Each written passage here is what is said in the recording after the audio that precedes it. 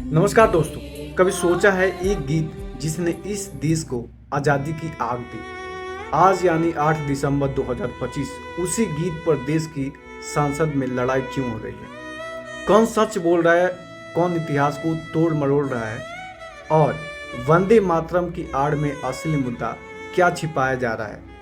आज लोकसभा में प्रधानमंत्री नरेंद्र मोदी ने वंदे मातरम पर लंबी बात की। उन्होंने कहा, यह सिर्फ एक गीत नहीं, यह तो स्वतंत्रता की आत्मा है, वही ऊर्जा जिसने अंग्रेजों की नींद उड़ा दी थी। मोदी ने दो बड़े आरोप लगाए।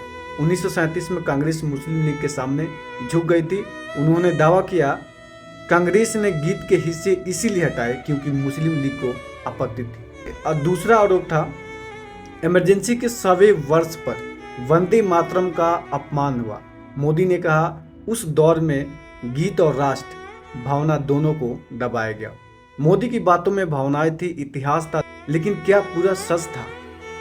सांसद अवैसी उठे और बोले, देशभक्ति किसी पर थोपी नहीं जा सकती, यह संविधान के खिलाफ है। उनके हिसाब से नागरिक पर गीत गाने का दबाव डालना संवैधानिक स्वतंत्रता का उल्लंघन है। उधर प्रियंका गांधी ने कहा, वंदे मातरम हमारी विरासत है, लेकिन बीजेपी इसे राजनीतिक हथियार बना रही है। कांग्रेस ने मोदी के 1937 वाले आरोप को तोड़ मरोड़ कर पेश करना बताया।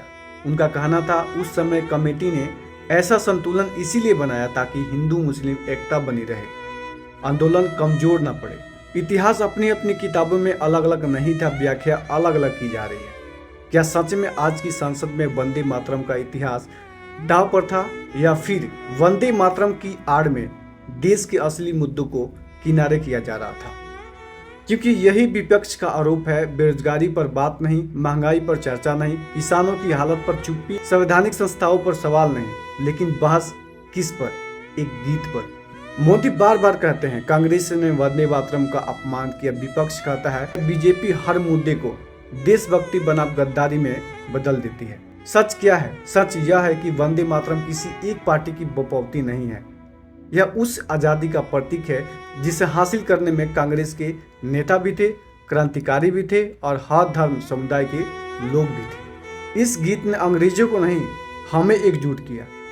तो आज की लोकसभा लड़ाई वंदे मातरम की नहीं थी, लड़ाई थी कथनों की, कथाओं की और अपनी अपनी राजनीतिक कहानी मजबूती से पेश करने की। लेकिन याद रखिए, वंदे मातरम न हिंदू है न मुस्लिम, ये खेतों की खुशबू है, मिट्टी की माँ है, वो आवाज़ है जिसने भारत को जगाया और हमेशा एक ही बात कहेगी, माँ तुझे सलाम। जय हिंद।